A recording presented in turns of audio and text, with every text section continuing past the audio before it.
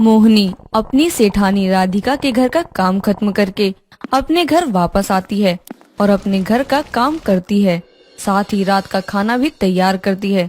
कुछ देर बाद वो अपने पति बंसी और अपनी बेटी कावेरी के साथ बैठकर आराम से खाना खाती है और सोने से पहले वो जमीन पर पानी डालकर उसे गीला कर देती है।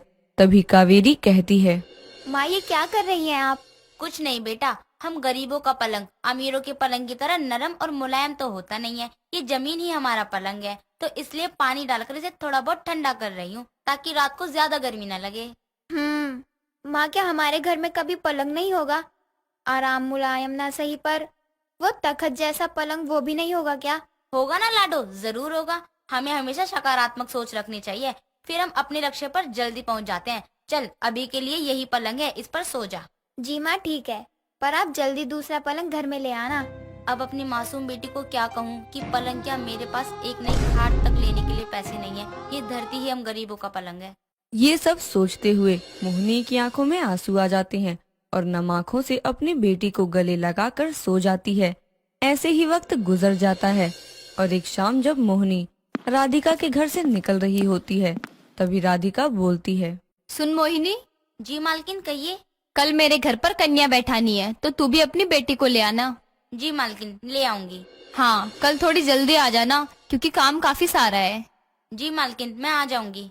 इतना कहकर मोहिनी वहाँ से घर आ जाती है और खाना खाकर आराम से सो जाती है। अगले दिन सुबह वो कावेरी के साथ राधिका के घर जाती है और राधिका को देखकर कावेरी कहती है, नमस्ते मालकिन। नमस्ते बेटा। मोहिनी, तेरी बेटी तो बहुत सुंदर और गुणी भी है। जी शुक्रिया मालकिन। चलो तुम रसोई का काम संभाल लो, तब तक घर के सभी लोग पूजा करने के लिए मंदिर जा रहे हैं। ठीक है, मेरे आने तक सारा खाना तैयार रखना। जी मालकिन जैसा आप कहें।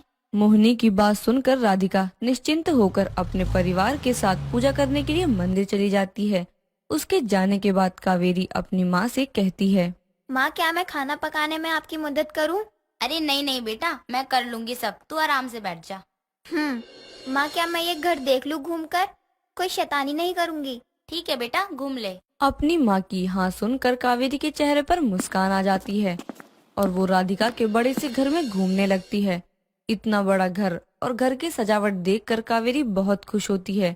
तभी वो घूमती घूमती राधिका के कमरे में चली जाती है, जहाँ गोल पलंग रखा हुआ था। साथ ही उस पर सुंदर सी चादर बिछी हुई थी और बहुत सारे सुंदर कवर चढ़े हुए तकिए भी रखे हुए थे। ये सब देखकर कावेरी कहती है, अरे वाह, कितना सुंदर और गोल पलंग है। इस पर कौन सोता होगा?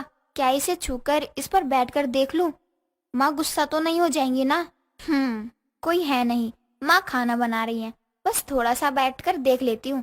आज तक मैं कभी पलंग पर नहीं बैठी हूँ और इतने सुंदर पलंग पर तो कभी भी नहीं। इतना कहकर कावेरी थोड़ा सा डरती हुई पलंग के पास जाती है और उसे छूकर देखती है, जिसके बाद वो इधर उधर देखती है और पलंग पर आराम से बैठ जाती है। पलंग पर बैठते ही कावेरी को बहुत मुलायम महसूस होता है और वो खुद से कहती है, कितना सुकून भरा है ये। ऐसा लग रहा है जैसे मैं पलंग पर नहीं बल्कि रूई के बादल पर बैठी हुई हूँ। कितना मजा आ रहा है इस बेड पर बैठकर। जो इस पर सोता होगा उसको तो कितना मजा आता होगा। इस पर तो लेटते ही सारी थकान छूमंतर हो जाती होगी। मैं भी लेट जाऊं क्या? कावेरी जैसे ही पलंग पर लेटने लगती है, तभी उसे कार के हॉर्न की आवाज सुनाई देती है और वो जल्दी से पलंग से उठकर खड़ी होती है और चादर पर आई सिलवटों को ठीक कर देती है। फिर भागकर मोहिनी के पास जाती है। तभी वहाँ राधिका आती है और कहती है, मोहिनी, खाना बन गया? सभी बच्चे आते ही होंगे। जी जी मालकिन, सब कुछ तैयार है, बस बच्चों के बैठने के लिए मैं चादर बिछा देती हूँ। ठीक है बेटा, तुम भी बाकी सभी कन्या के साथ बैठकर आराम से खाना खा लो, ठीक है? जी मालकिन। मोहिनी जल्दी से सभी बच्चों के बैठने का इंतजाम कर देती है। कुछ ही देर में छोटी छोटी कन्या राधिका के घर आती हैं। कन्या बैठ जाती है। कावेरी भी सभी के बीच आराम से बैठ जाती है और माता रानी के नाम से बना हुआ भोजन खाती है। सारा काम हो जाने के बाद राधिका कावेरी के पास जाती है और कहती है, कावेरी बेटी, सभी कन्या चली गई है, अब तुम भी अपनी माँ के साथ चली जाओगी। मेरे पास तुम्हारे लिए कुछ कपड़े हैं मेरी छोटी बेटी के, वो ले जाना और पहन लेना। आपका बहुत बहुत धन्यवाद मालकिन, आप बहुत अच्छी हैं। शुक्रिया बेटा, पर तुम बहुत प्यारी हो। कभी कभी मोहिनी के साथ आ जाया करना यहाँ, हम सब बातें करेंगे। मोहिनी, बचा हुआ खाना ले जाना और कावेरी के लिए जो कपड़े निकाले हैं वो सोफे पे रखे हैं, ले जाना उनको।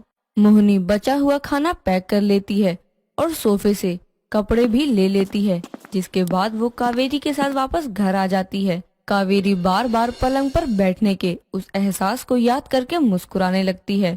उसे मुस्कुराता देख मोहिनी कहती है, क्या हुआ बेटा, तू इतना खुश किस बात से हो रही है? माँ, वो जो मालकिन के घर में गोल वाला पलंग है, आज मैं उस पर एक दफा बैठी। माँ, सच में ऐसा लग रहा था जैसे मैं रूई पर बैठी हूँ। वो इतना ज्यादा मुलायम था।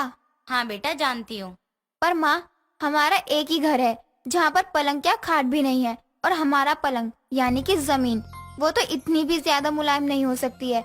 काश कि हमारे पास भी मालकिन के जैसा पलंग होता।